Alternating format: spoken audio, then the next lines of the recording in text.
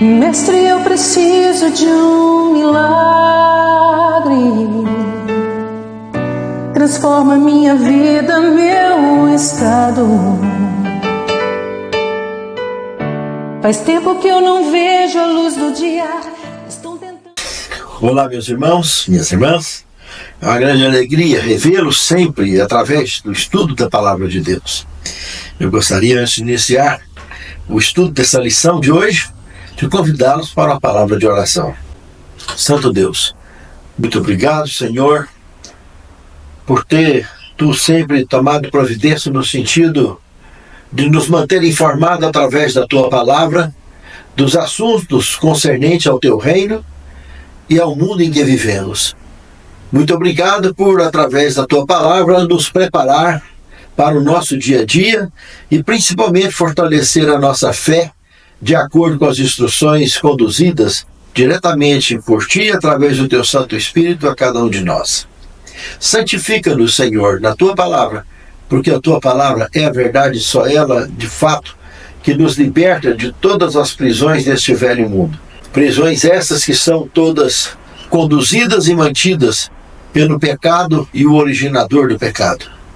Senhor Deus, nos fortaleça para que sejamos sempre vitoriosos e tenhamos sempre condições de marchar avante cumprindo com a missão que Tu tem confiado a todos nós. Prepare-nos para o Teu reino, a nós e os nossos lares representados nesta oração. É o que te suplicamos agradecidos em nome de Jesus. Amém, Senhor. Controvérsias. Bacana essa lição, viu? Muito legal.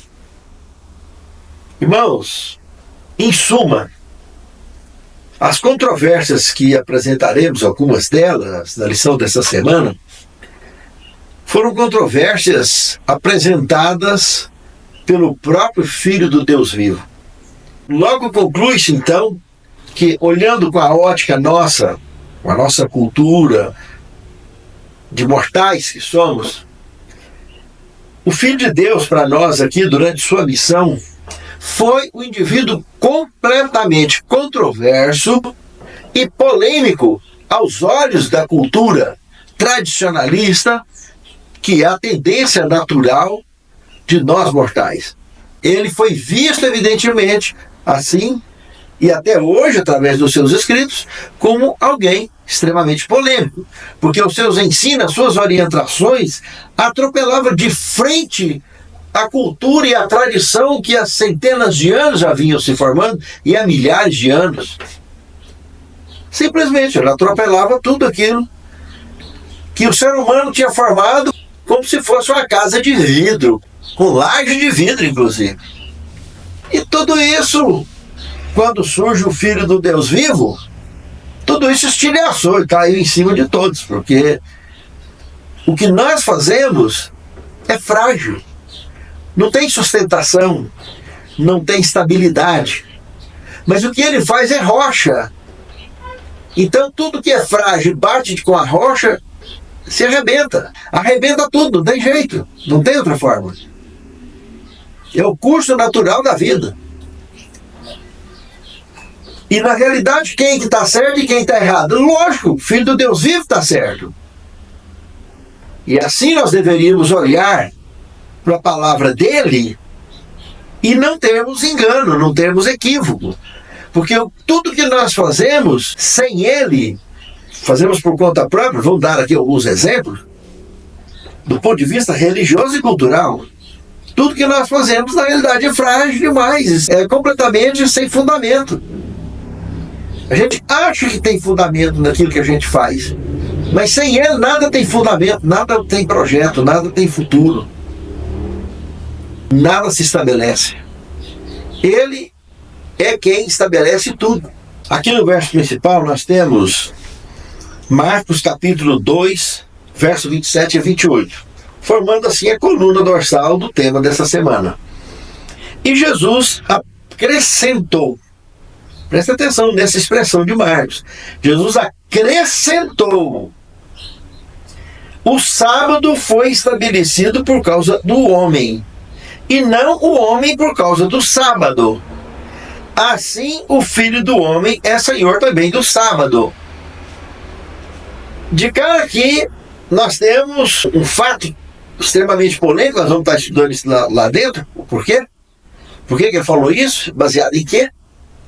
Mas, só para ter uma ilustração assim mais simplificada do que ele estava tentando dizer, é óbvio aqui que os fariseus que o cercaram e contestaram as suas ações, eles estavam demonstrando uma tendência fanática, fruto justamente do que eles já tinham formado de tradição com relação a esse tema, a questão do sábado. Nós sabemos que, historicamente, quando, aqui nos dias que Jesus surgiu em seu ministério, já tinha mais de 200 anos que a própria religião judaica já existia dentro dela 4 seitas desenvolvidas: fariseus, saduceus, essênios e zelotes. 4 linhas de raciocínio completamente diferentes dentro da mesma religião. Seitas desenvolvidas com base na própria religião judaica. E aí cada um mais tenso que o outro. E o tema do sábado aqui, no que diz respeito aos fariseus, eles já tinham desenvolvido dezenas de maneiras, e isso por escrito, como se eles estivessem sendo a extensão de Moisés, extensão. Não tinha permissão. Moisés não pediu ninguém. Lembra que Moisés, inclusive, ele morreu e ressuscitou. Foi para o céu. Ele vive lá no céu. Inclusive lá na Transfiguração, aqui no próprio relatório dos evangelhos, nós vimos Moisés vindo visitar Jesus, na companhia, inclusive, de Elias, outro indivíduo que foi trasladado vivo para o céu. Moisés teria vivido 500 anos antes de Elias, aproximadamente. Um viveu por volta de 1500 anos antes de Cristo, no caso Moisés, e Elias a 1000 anos antes de Cristo, aproximadamente. Irmãos, Moisés não pediu para ninguém continuar a sua obra, a obra dele. Ele começou, ele terminou, ele concluiu a obra dele. E apenas era uma orientação que estava ali clara, tanto no que diz respeito à cultura da época, quanto o que é doutrinário para culturas futuras, para gerações futuras, como é a questão do próprio sábado, que é eterno, é de Deus, é absoluto. Mas só que eles tinham pegado essa questão e transformado isso num fardo na religião. Desenvolveram uma cartilha, um manual de como deveria ser guardado esse dia, coisa não sancionada, não orientada de forma alguma, nem por Moisés e muito menos pela palavra de Deus, nem se fala. E aqui Jesus pega eles num gancho tremendo com relação a esse tema. Se a gente trocar aqui para entender o que Jesus estava querendo dizer, só aqui nesse verso já fica bem claro. Troca a palavra sábado por um berço e o homem por criança. Vamos lá. E Jesus acrescentou: o berço foi estabelecido por causa da criança, e não a criança por causa do berço. Assim o Filho do Homem é Senhor também do sábado. Bem mais claro, bem mais fácil da gente entender. Então, o berço, ele foi feito por causa da criança. Como ele disse, o sábado foi feito por causa do homem, justamente para que o homem descansasse. Por isso que Jesus é Senhor do sábado, porque ele também trabalhou 6 dias, criou tudo em 6 dias, e no 7º ele descansou, para que não só nós descansássemos, para que o próprio Deus também, não que Deus se cansasse, mas que Deus tivesse um dia para estar junto exclusivamente com as suas criaturas. Por isso que ele diz que é Senhor do sábado, é dele, pertence a ele. E lamentavelmente, o mundo cristão, contaminados por ações apóstatas da igreja primitiva, quando se tornou uma igreja comprometida plenamente, que as tradições viraram compromissos altamente pecaminosos, transgredindo os princípios sagrados da própria lei de Deus, doutrinas imutáveis como a própria lei de Deus. E isso foi pervertido pela apostasia da igreja primitiva, que se desenrolou entre o 2º e o 3º século da era cristã. E o pior de tudo, mudanças essas que foram se arregimentando, e o protestantismo foi avolumando dentro da igreja, a ponto de uma certa ocasião explodiu uma guerra chamada de Guerra Santa, contra esses protestantes. Mas quando os protestantes, no final da reforma protestante, conseguiu vencer, a danada da tradição, a contaminação, acompanhou eles. E eles continuaram, no fundo, no novo segmento religioso, contudo cristão, mantendo a linha do cristianismo, e acabaram absorvendo dogmas papal, justamente fruto das apostasias, das blasfêmias e tudo mais que foram praticados, exercidos e continuam sendo por essa igreja primitiva. Entende, irmãos? Então, o sábado, por exemplo, ao invés de manter a escola sabatina como é o costume bíblico, a gente pega Atos dos Apóstolos no Novo Testamento, não só olhando o próprio Evangelho, que Jesus tinha por costume ir para a igreja todo sábado, mas em Atos dos Apóstolos, o dia de sábado era o principal dia de reunião da igreja, continuou sendo. O que tem no registro bíblico é isso. E criaram escolas dominicais, para poder ser um dia especial de estudar a Bíblia, enquanto que isso sempre foi feito no sábado, do ponto de vista bíblico. Todos os dias nós podemos estudar, todos os dias nós podemos reunir, mas o dia de sábado é o dia que o Criador estabeleceu, não foi o dia que eu, ou religião A, B, C ou D estabeleceu. Esse é o dia do Criador. Dessa forma, Jesus acabou se tornando uma pessoa não grata aos olhos da liderança religiosa dos seus dias, da religião essa que ele nasceu nela. Os seus pais, seus ancestrais foram criados ali, os seus pais adotivos. Entende, irmão? E ali foi uma verdadeira revolução, tudo que aconteceu ali dentro. E ele cresceu num ambiente sofrendo esse tipo de rejeição. E quando ele iniciou o ministério dele, então nem se fala. Por isso que ele consagrou a ideia do profeta não ser bem recebido da sua própria terra, porque aonde ele fez mais milagre foi fora da onde ele foi criado e não lá dentro, porque os de dentro eles perseguiam com mais força ainda ele, os seus conterrâneos, entende, irmão? E é um assunto muito delicado realmente. Falar a verdade pura e cristalina como explícita na palavra de Deus, irmãos, em qualquer ambiente, a pessoa se torna alguém controverso. Sempre é alguém polêmico. Sempre. Muitas pessoas, irmãos, eles têm, parece que uma necessidade estranha de disputa. Eles querem conversar sobre a Bíblia para disputar, para mostrar, não, eu sou melhor que você, meu ponto de vista é isso, meu ponto de vista é aquilo. Não, irmãos. Isso é antibíblico, essa ideia está completamente fora de cogitação. Nós temos que entender que as nossas diferenças são somatórios para alinhar o raciocínio do comportamento cristão. Somatórios, não dividir. Não precisa de haver disputas entre pessoas que vivem na mesma luz, se acreditam na mesma luz, se amam a Deus de verdade, que a luz é a única fonte de luz, não tem como ter divisão na própria luz, irmãos. As trevas é que tem esse engano terrível de divisórias de tudo quanto é tamanho. Qualquer tamborete, qualquer galinha em pé, qualquer folhinha promove uma sombra.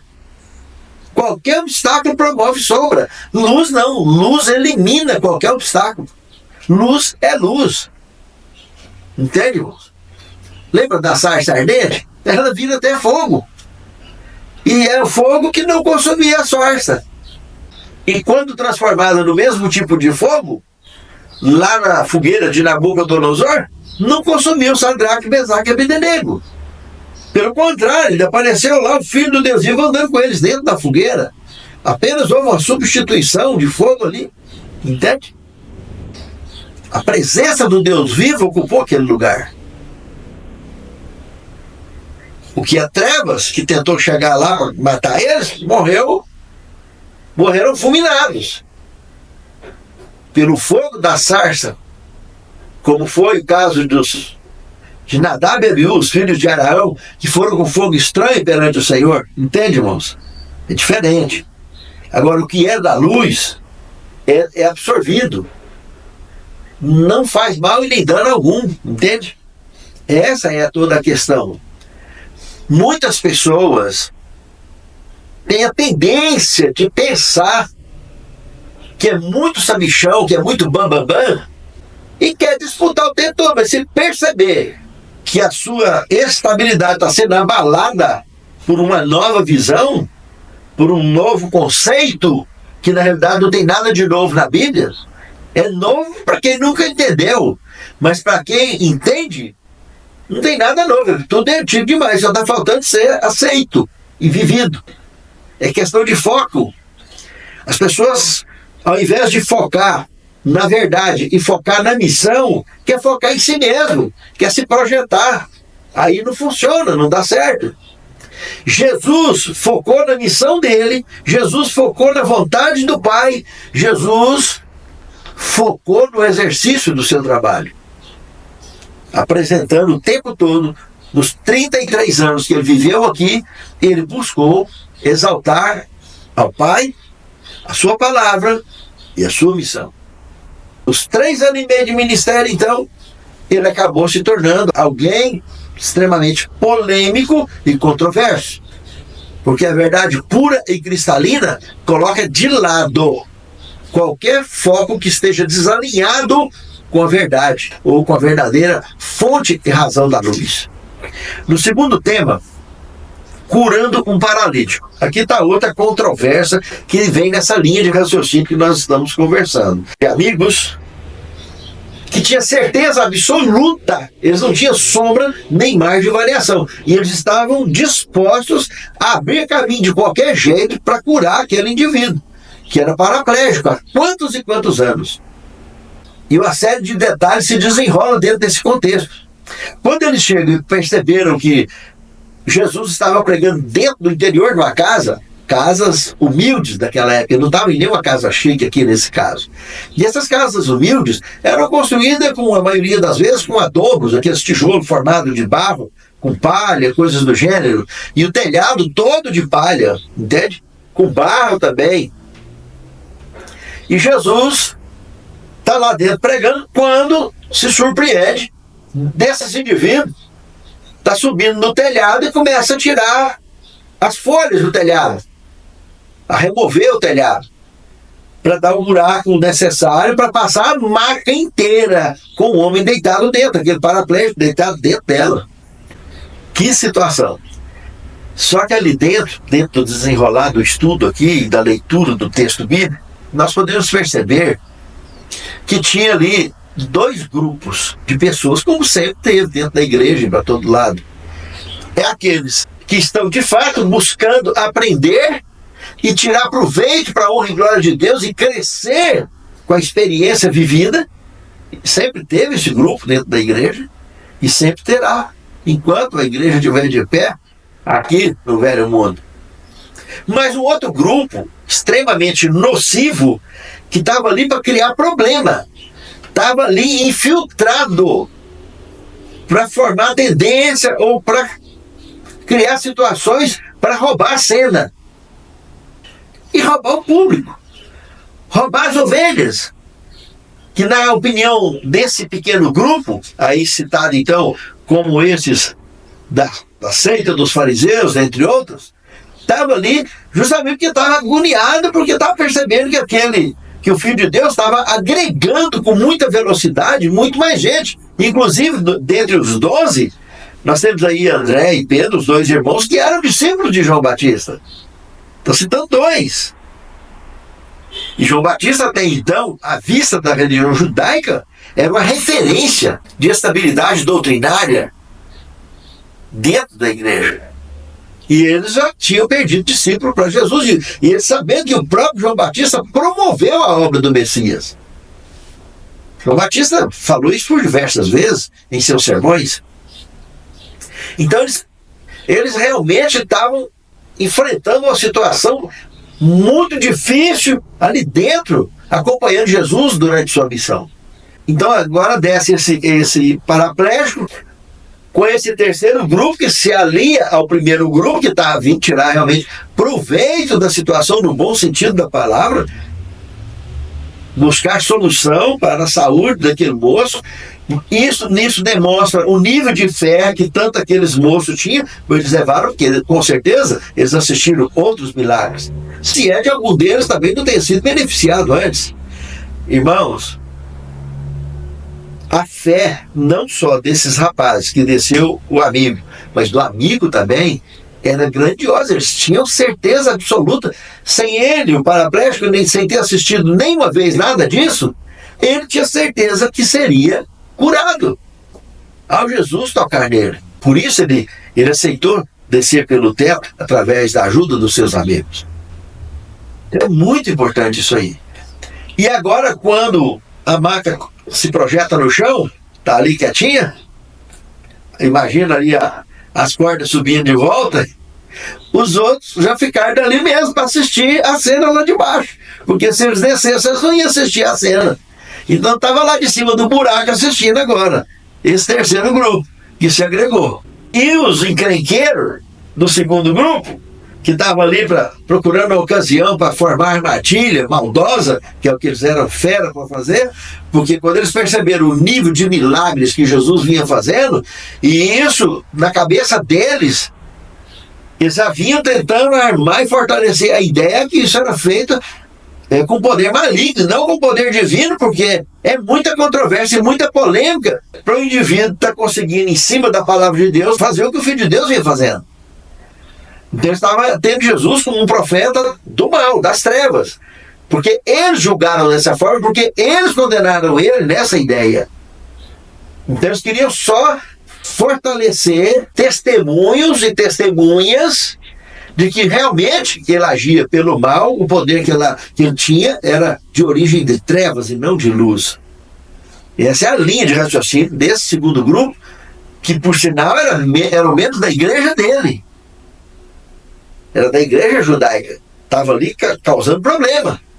Os demais que estavam ali, tinha gente de todo jeito. Tinha gente da igreja dele, tinha gente de outras culturas, que tinha outros tipos de religião, mas todos ali estavam interessados em uma só voz, de ouvir a palavra dele, aprender dele, para seguir as novas orientações das vidas que Jesus estava ali para oferecer para todos eles e que se estende a todos nós hoje.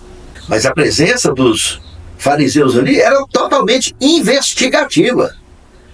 Eles estavam fazendo a investigação para juntar provas, reunir provas contra Cristo e formar a armadilha o mais rápido possível para que ele caísse logo e eles pudessem eliminá-lo. Dar fim, dar cabo à vida dele. Porque ele estava arrastando multidões à vista tradicional da igreja de uma maneira polêmica e controversa. Isso seria um tremendo prejuízo, tanto financeiro quanto moral, para a igreja, porque a liderança da igreja nos seus dias vinham se fortalecendo de olho nos dízimos e nas ofertas. E isso não mudou muita coisa. Para proteger isso aí, tudo pode ser feito. Entende? Em nome de Deus. E o próprio Cristo falou que isso iria acontecer. Vocês não se iludam que vocês vão se escandalizar de ver que vocês serão expulsos até das sinagogas. Por causa de quê?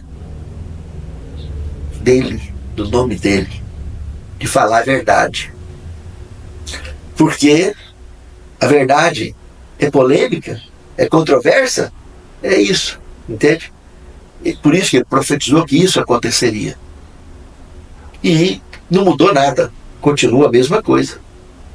Esse processo de seleção é bem parecido com a seleção das espécies, a evolução das espécies, entende? Dentro da igreja acontece muito essa seleção religiosa também. Mas a igreja deixou de ser de Deus? Não, a igreja é de Deus. A sua palavra continua lá, está em todas elas, e ele atraindo ovelhas para reunir num só rebanho, num só pastor. Mas de todas elas tem gente salva e gente perdida. Toda a vida. E Jesus está perto de voltar, inclusive. Isso eu estou dizendo porque a verdade, irmãos, a verdade ela quebra a tradição, ela incomoda. E, consequentemente, esses que causam esse tipo de sensação são rejeitados e são perseguidos.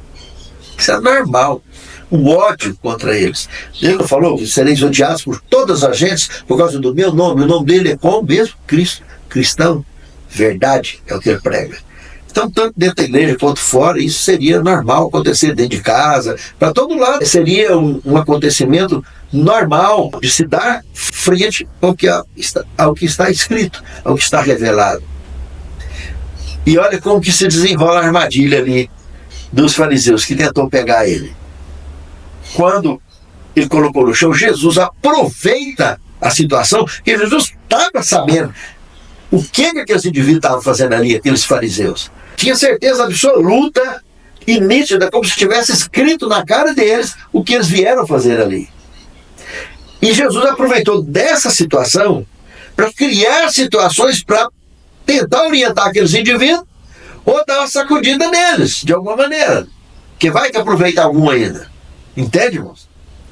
Então, quando ele se coloca no chão, esse indivíduo, por acaso está escrito aqui que ele foi lá para pedir perdão pelos pecados dele? O paralítico não pediu perdão de pecado dele. Nem tocou no assunto. E por que será que Jesus, de cara, ofereceu esse perdão para ele? Todas as curas que Jesus fez, ele perdoou o pecado das pessoas. Teve esse relato. Entende, irmão, o que eu estou tentando mostrar? Todo mundo que vive nesse mundo, irmãos, tem problema. Por causa do pecado. E nós convivemos com esse problema 24 horas por dia, enquanto vivemos nesse mundo. Mas essa questão de Jesus oferecer o perdão antes da cura para o indivíduo, que nem pediu esse perdão, e que foi muito bem-vindo, ele aceitou de bom grado, com certeza. Mas Jesus estava criando uma situação para pegar os fariseus, onde a caça virou contra o caçador. Foi uma surpresa completa. Entende? É como alguém que foi caçar a onça, a arma falhou e a onça pegou o caçador. É por aí que andou a situação, entende, irmão? Eles foram lá para armar contra Jesus, e Jesus, com o cenário que estava na mão, ele criou um ambiente para fazer aqueles caras correndo ali rapidinho. E os que ficaram seria para realmente para aceitar a pessoa dele, e a mensagem dele, e a missão dele. Então Jesus oferece o perdão para ele. E nos caras nem falar, não falou nada, só exercitou no coração ou cochichou no ouvido do outro. Jesus vira o rosto na direção deles antes de curar o indivíduo e pergunta para eles: o que é mais fácil? Eu dizer para esse indivíduo: perdoado estão os seus pecados? Ou dizer para ele: levanta, toma a sua cama e anda. E o cara levantou, tomou a cama dele e andou. Irmãos, os indivíduos, eles estavam cochichando, estavam maquinando a ideia que Jesus estava blasfemando contra Deus por oferecer perdão. E Jesus mostrou que tinha autoridade para isso. Ele não só mostrou, como ele comprovou. Ele não só perdoou, como ele também curou o indivíduo. Instantâneo. E o indivíduo pegou a cama dele e foi embora, pulando e saltando de alegria. E os outros que estavam lá em cima desceu correndo também para abraçar com ele e ir embora juntos. Entende, irmão? Com certeza, depois de uma onda dessa aí toda, não teve mais sermão dali para frente. Jesus já teve que sair já para outro lugar, porque ali o ambiente ficou tenso ali. Os fariseus, eles já saem, e já saem, se ficar muito tempo ali, eles já voltam com reforço. Então, o jeito é mudar de ambiente, deixar aquele clima ali e procurar outro ambiente para prosseguir na missão, que foi o que Jesus fez. Mas, percebeu? Controvérsia e polêmica. Eles desenvolveram muita regrinha sobre o conceito religioso. E o que Jesus fez ali chocou completamente a maneira com que a religião judaica via a relação entre o mortal e Deus. Entre Deus e os mortais. A coisa desandou muito na cabeça desses indivíduos, e eles, ao invés de abrirem a mente como faria o caso de que Nicodemos era um desses, mais tarde, José de Arimateia, dentre outros, que se converteriam, que sairiam do meio desse grupo para se tornarem pessoas de fato de bem, que servissem a Deus em espírito e em verdade. Mas os demais só aumentavam o ódio a cada vitória de Cristo em qualquer ambiente aonde se desenrolava esse tipo de disputa, porque aí sim é uma disputa justa, correta. Não duas pessoas da luz disputando luz, mas uma pessoa que se dizia da luz, mas queria disputar, queria humilhar Jesus, queria descartar, queria mostrar que eles são melhores, que eles estão corretos com tudo que eles fizeram. E acabou perdendo, e vai perder sempre feio, porque ninguém pode vencer a luz. A luz é absoluta. Jesus afirmou: eu sou o caminho, a verdade e a vida. Ninguém tem vida se não é por mim. Pensa nisso, irmão. Raciocina. E muitos não querem aceitar ele como Deus. Tem até religiões que aceitam ele como semideus, não como Deus. Entende, irmão? Isso é blasfêmia contra o próprio Deus. Mas Jesus disse: blasfêmias, né, são perdoadas. Pronto. Blasfêmia está acima de pecado. Pecado é pecado. Tira o cara do céu, imagina a blasfêmia, né, irmãos? Então, mas tudo tem perdão. Nós vamos estar comentando alguma coisa sobre isso aqui também, dentro desse contexto. No terceiro tema, o chamado de Levi e a questão do jejum. Aqui já entramos em Marcos capítulo 2, do 13 ao 22, aonde se desenrola outra coisa muito bacana, irmãos. Jesus, ao convidar os 12 para fazer parte, para o desenrolar da sua missão, um dos convidados foi Levi Mateus, que apesar de ser judeu, e isso piorava um pouco a situação, porque os romanos, ao dominar o mundo dos seus dias, de especial modo, então, se tratando ali da região da Judéia, eles procuravam agregar, foi uma estratégia que eles adotaram, membros daquela cultura para que falasse a mesma língua do império. E para isso, tratavam muito bem eles, deram liberdade para eles se enriquecerem à custa do seu trabalho, que era, na realidade, explorar os seus conterrâneos.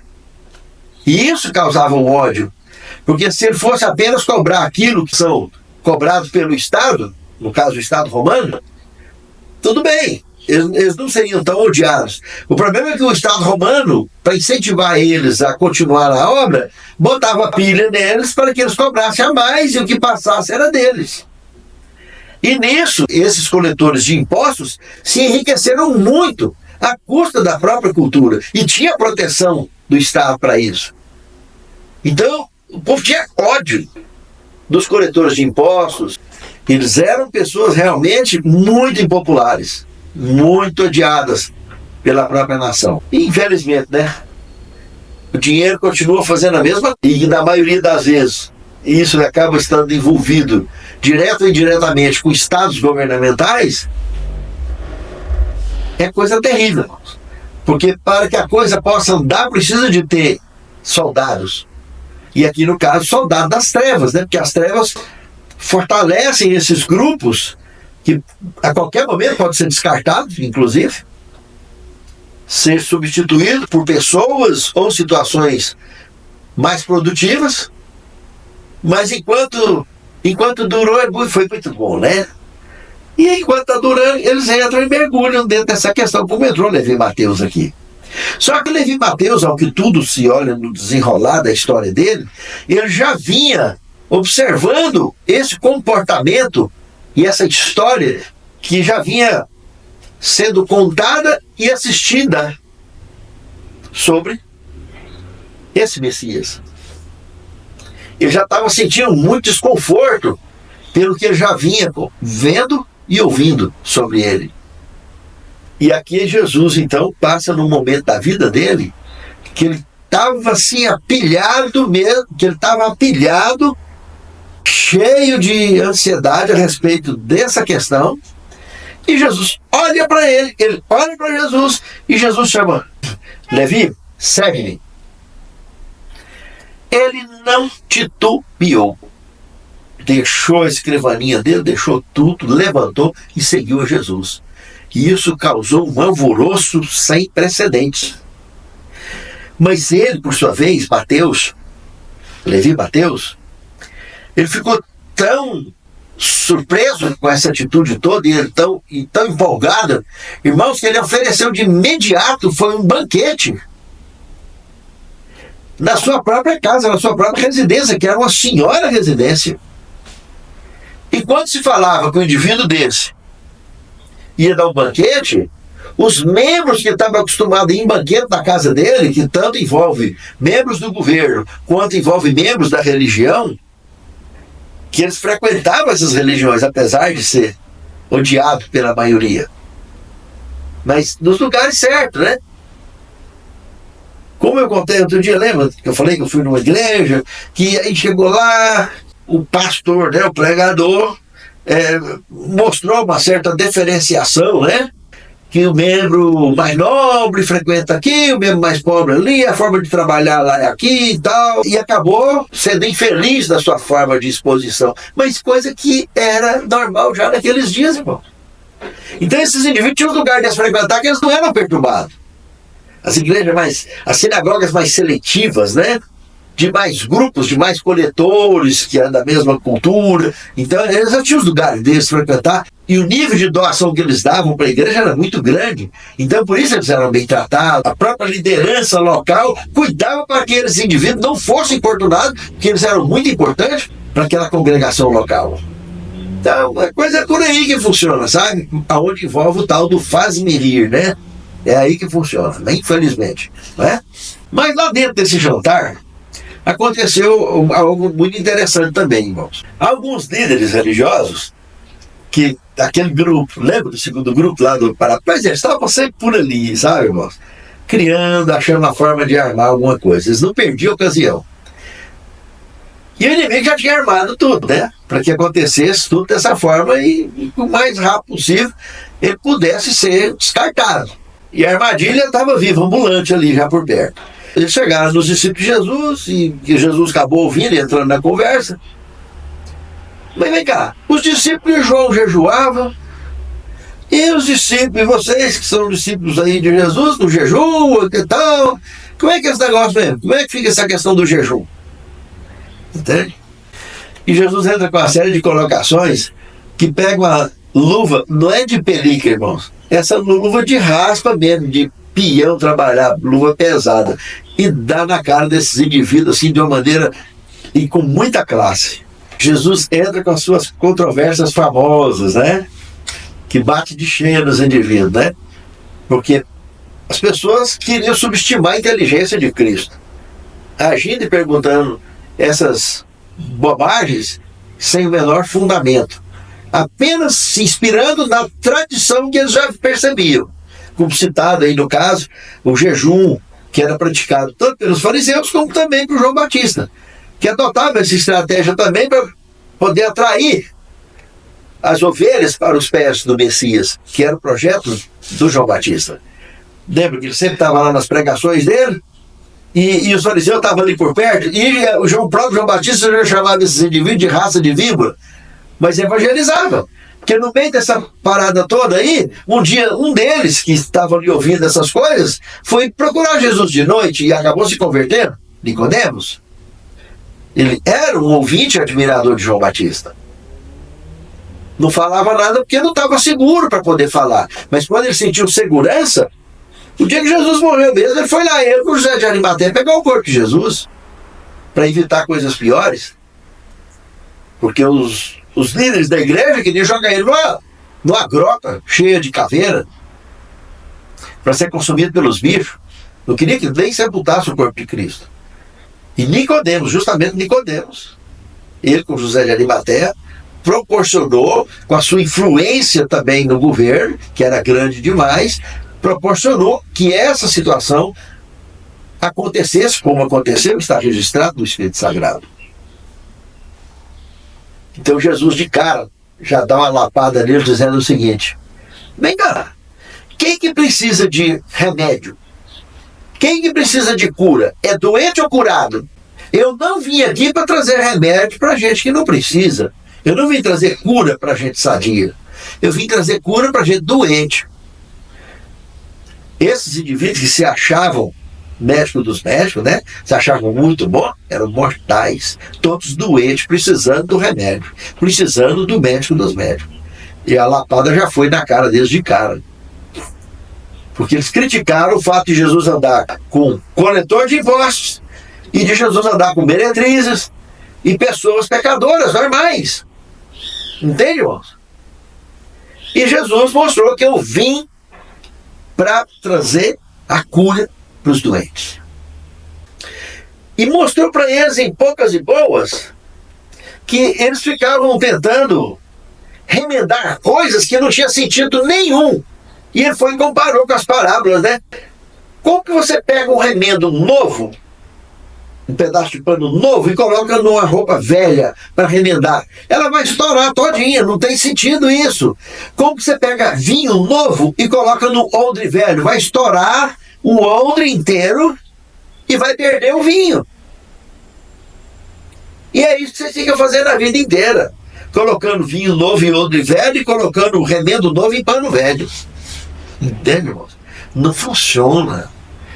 E estava na cara deles essas orientações que Jesus dizia, para eles mudar a forma de ver a religião, de ver a população e de ver a missão que eles têm como mortais da face da terra, como criaturas de um Deus verdadeiro, e entender a missão do Messias. E uma coisa que eu achei interessante, aqui no último parágrafo do manual, esse autor da lição foi muito feliz nessa escrita aqui. Olha o que ele diz aqui. Jesus usou duas ilustrações que contrastaram o seu ensino com o dos líderes religiosos. Pano novo em roupa velha e vinho novo em odres ou recipientes de couro velhos. De modo interessante contrastar o ensino de Cristo com o dos líderes. Os métodos daqueles mestres haviam se tornado bastante deturpados. Presta atenção no que ele falou aqui na última frase, irmãos. Mesmo a verdadeira religião pode ser transformada em trevas se as pessoas não ficarem atentas. Irmãos, verdade absoluta, irmão. Parabéns ao autor da lição ao colocar algo, inspirado pelo Espírito Santo, da maneira com que foi colocado aqui. Incrível. E é um fato. Por isso que, infelizmente, a gente acaba acreditando que igreja com liderança e membro pode acontecer de fechar para o fogo eterno sem escapar ninguém, irmão. Porque as pessoas vão dando corda para as trevas. Precisa de trazer as pessoas do mundo para a igreja, mas não trazer o mundanismo para dentro da igreja, entende, irmãos? E a coisa, quando começa a inverter, vai complicando. E a hora de virar a trevas inteira, é só Sodoma e Gomorra, destruiu. Caiu fogo, acabou, não escapou ninguém. Entende, irmão? Casa caiu. A palavra de Deus, o amor de Deus, a misericórdia do Senhor, não pode perder o foco da vida religiosa. Se perder, já era. A nossa missão diante de Deus e dos homens é cumprir com a missão do ID. Evangelizar e ensinar tudo que Ele nos ensinou. E batizá-los em nome do Pai, do Filho e do Espírito Santo. Existe uma conexão íntima na nossa missão. O bem-estar, tudo semelhante. E de nós fazermos por onde promover esse bem-estar, como igreja. Do contrário, está tudo errado. E a coisa vai desandar. Vai virar a treva. E aí vai complicar. O Senhor do sábado. Muito bem. Aqui aparece ele agora no cenário, andando com seus discípulos. E depois, numa certa altura da viagem, os discípulos com fome, certamente tiveram o aval de Jesus para colher o milho, para comer, e não ia comer cru, porque no nosso sistema digestivo, se bater cru, desanda.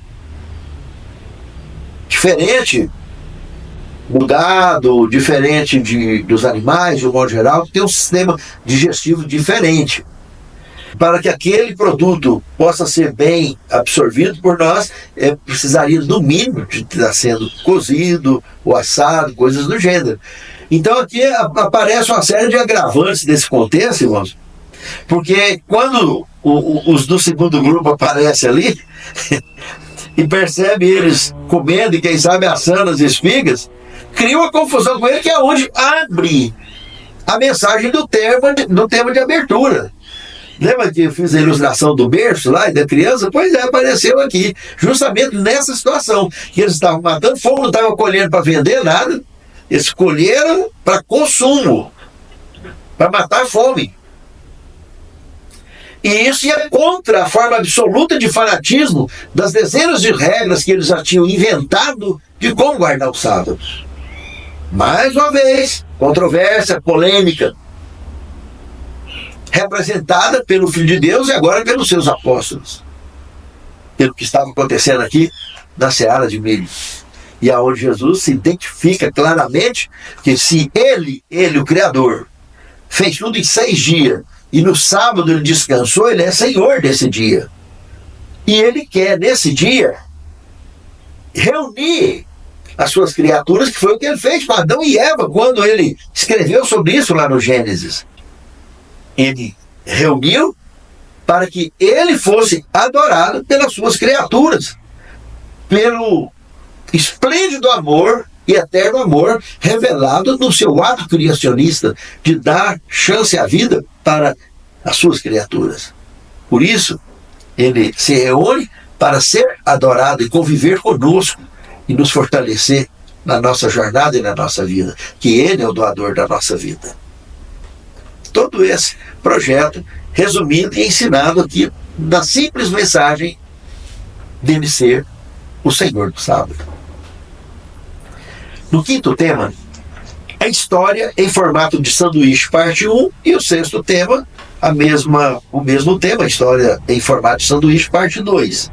Vamos ver como é que se desenrolou isso aqui, que foi muito interessante também. Aqui nós estamos entrando então em Marcos, capítulo 3, verso de 20 a 35. Aqui o autor tenta mostrar para nós que um sanduíche tem a parte externa, que seria o pão, né? E a parte interna, que é o recheio. E nós vamos ver aqui que é um negócio muito curioso esse sanduíche aqui, irmãos. De cara aqui no verso 21, a gente já percebe que os parentes de Jesus já estavam ali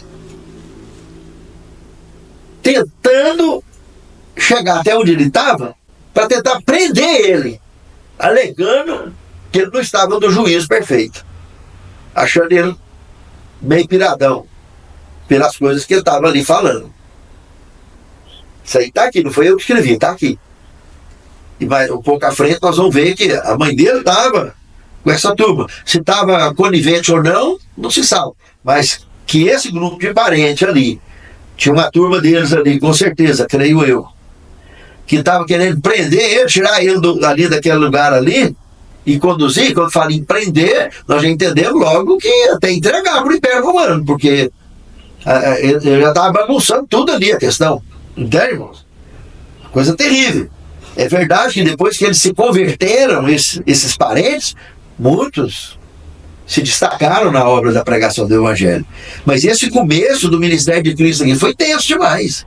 Essa fase que ele enfrentou dentro de casa não foi fácil. E não estava dentro da casa, né? Ele estava no mundo já pregando. E esses que estavam acompanhando ele demonstram uma intenção muito estranha aqui ao acompanhar Jesus, como se estivessem fazendo parte daquele segundo grupo dos fariseus, como se estivesse tentando auxiliar na arquitetação de armadilha para prender ele, porque é um trem totalmente sem sentido isso aqui, né? Ter convivido, sabendo quem ele era, uma coisa muito desagradável o que aconteceu aqui, o que está relatado aqui nesse escrito a respeito dos parentes dele. A intenção deles aqui estava uma história muito mal contada aqui, entende, irmãos? Bem escrita, mas a intenção deles ali, muito estranha, muito mal contada. Por eles mesmos, né? E aí, logo no verso 22, no verso 21, fala essa história dos parentes. No verso 22, é os fariseus, que parece, então, que estavam trabalhando em paralelo, influenciando essa ação dos parentes, já levanta logo a ideia de que as curas que ele fazia eram pelo poder de Satanás. Ele expulsava demônio pelo poder do próprio Satanás. E Jesus entra em cena de cara, batendo de frente com o que essa liderança estava falando. Fala, mas como que Satanás vai brigar contra ele mesmo? Se ele se dividir, qualquer grupo que se divide, ele enfraquece. Se une, ele está forte. Reino, empresa, qualquer projeto que foi feito para trabalhar junto, ao se dividir, enfraquece. E a tendência é ser extinto. Vai dizimando, vai sumindo. Então Satanás não vai expulsar Satanás. E aí Jesus aproveita o gancho e entra a respeito da blasfêmia contra o Espírito Santo. Ele mostra claramente que o que ele faz é pelo poder do Espírito Santo na vida dele. Porque como ser humano mortal que ele estava ali durante a sua missão, ele não podia usar os poderes dele como divindade. Mas ele tinha que ser um instrumento vivo na mão da divindade, do Pai e do Espírito Santo, para fazer tudo o que ele fazia. E agora ele estava sendo acusado de usar um espírito maligno, sendo que o espírito que estava nele era o Espírito Santo. E Jesus já mostra de cara para esses indivíduos que todo pecado e blasfêmia será perdoado aos homens. O que pecar contra o Filho, o que pecar contra o Pai, mas a blasfêmia contra o Espírito Santo não tem perdão, nem nesse mundo e nem no vindouro. Presta atenção na colocação que Jesus fez, irmãos. Ele estava dizendo que o Espírito Santo, no nosso mundo mortal, em qualquer época, seja no dilúvio, antes ou depois, o projeto do Espírito Santo é sempre trabalhar o coração das criaturas para que elas tenham sempre condição de andar na luz, na razão, na lógica divina. E esse que cumpre com essa missão, principalmente nesse mundo de pecado, sempre trabalhou aqui conosco, o Espírito Santo, é uma missão tão sagrada que Jesus classificou dessa forma. É blasfêmia, palavra, agressão. Isso que eles fizeram. Chamar o próprio Espírito Santo de demônio, que é o que eles estavam fazendo aqui. Jesus estava tentando chamar a atenção para eles caírem a ficha. A seriedade da informação de Jesus. Então muitas pessoas querem classificar o pecado do Espírito Santo. Não, são etapas, é isso, é A, é B, é C, é D, vai fazendo isso, fazendo aquilo, fazendo isso, fazendo aquilo, até apagar o Espírito Santo. Não, não é assim não, irmão. Porque blasfêmia é uma só, acabou. Blasfemou, dançou, já era.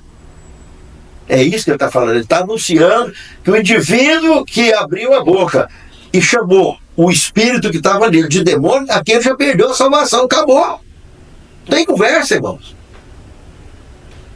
Está condenado à morte eterna. Irmãos, lembra que tem um grupo que Apocalipse 1:7 fala, Daniel 12:2 fala, e o próprio Cristo também aqui no livro de Marcos, lá na frente, não está estudando isso daqui mais uns dias, ele apontou o dedo na cara deles e falou que vocês verão o Filho do Homem vir com poder e glória nas nuvens dos céus. A ressurreição parcial, esse indivíduo vai ressuscitar. Porque eles blasfemaram contra o Espírito Santo, irmãos. Todos que levaram Jesus ao Calvário, de uma maneira ou de outra, o tempo todo, eles abraçavam essa ideia blasfema contra o Espírito Santo, de que Jesus não atuava pela luz. Entende, irmãos? E Jesus entra com esse gancho e dá um chega para lá neles e servindo para o resto da cristandade que viria no futuro.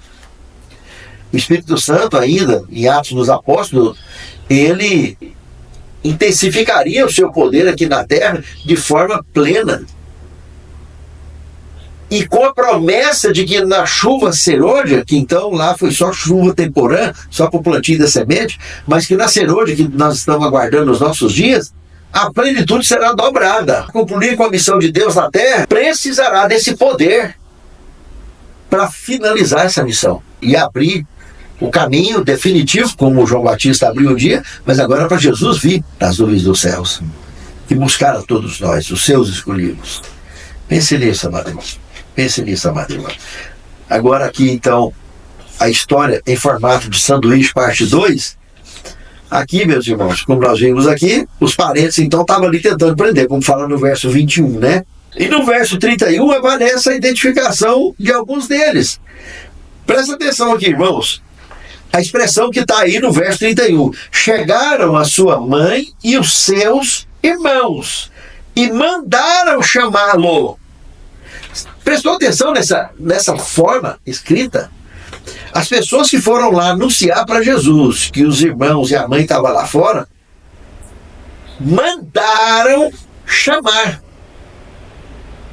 Estava ordenando que ele viesse. Já que eles não tinham como chegar até lá, que não tem jeito nem de comer. Tanto que juntou gente dentro dessa casa que ele estava pregando. Ele estava sem jeito até de mexer lá dentro direito. Mas, irmãos, eles conseguiram infiltrar e colocar alguém lá dentro que deu esse recado.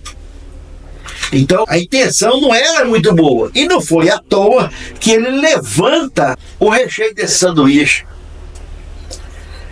Olha, minha mãe e meus irmãos são aqueles que ouvem a palavra de Deus e praticam a palavra de Deus.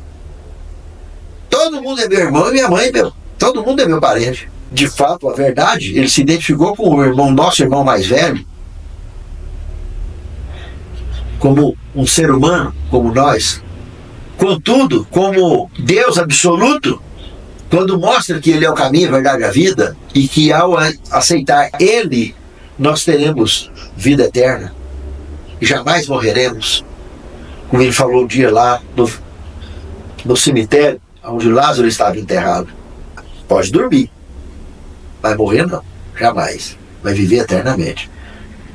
E essa vidinha hoje que nós temos, Michuruca, vai receber o galardão da imortalidade, que nós seremos perdoados de forma plena de toda a nossa condição humana pecaminosa e seremos transformados no piscar e fechar de olhos. Assim está escrito.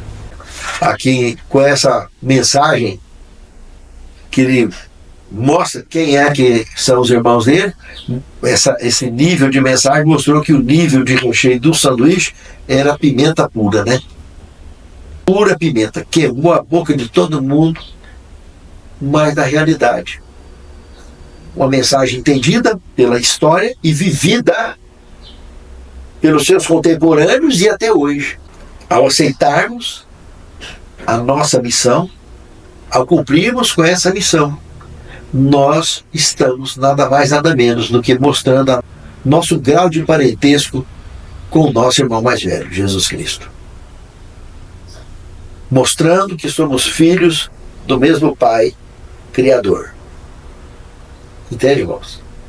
E somos companheiros plenos da divindade do Espírito Santo durante o exercício de nossa missão e para todo sempre.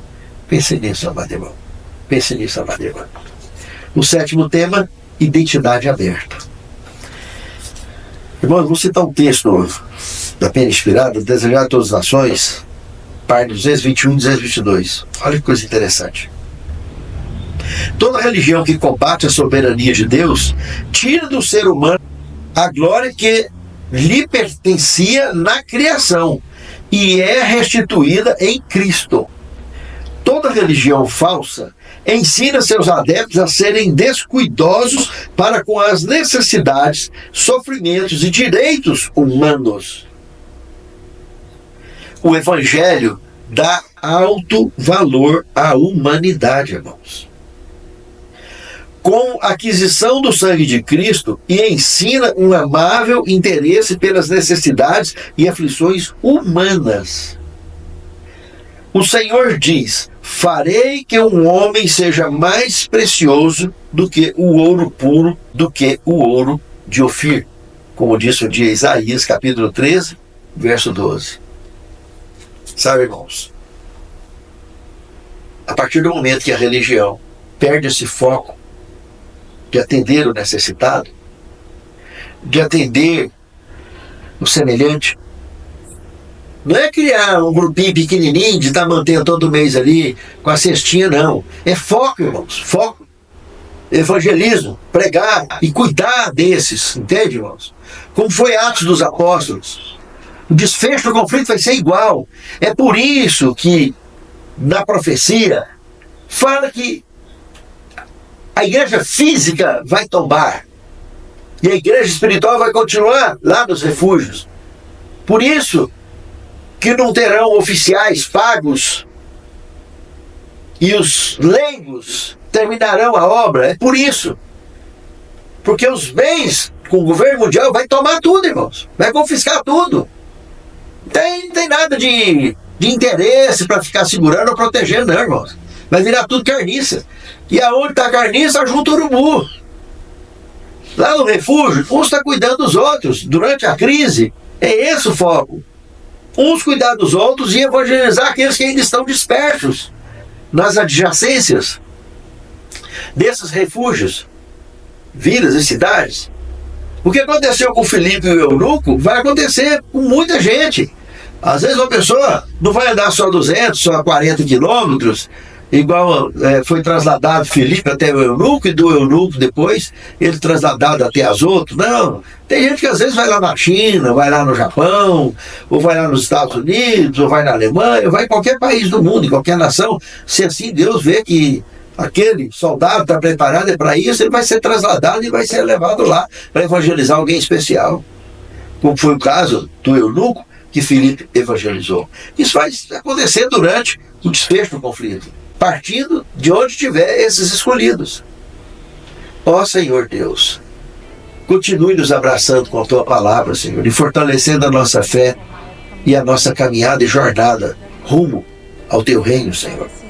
Nos fortaleça para que cumpramos com a nossa missão de acordo com a Tua vontade e santidade. Perdoe nossos pecados e faltas, Senhor. Abençoe a nós e os nossos lares representados, e naquele grande dia, pela Tua honra e Tua glória e Teu louvor, possamos ser contados dentre os salvos, daqueles que marcharão para dentro dos portais da cidade santa. Te suplicamos agradecidos essas bênçãos, em nome de Jesus. Amém, Senhor. Tentando ver meus sonhos cancelados. Lázaro ouviu a sua voz quando aquela pedra removeu. Depois de 4 dias ele reviveu. Mestre, não há outro que possa fazer aquilo que só o Teu nome tem todo o poder. Eu preciso tanto de um milagre.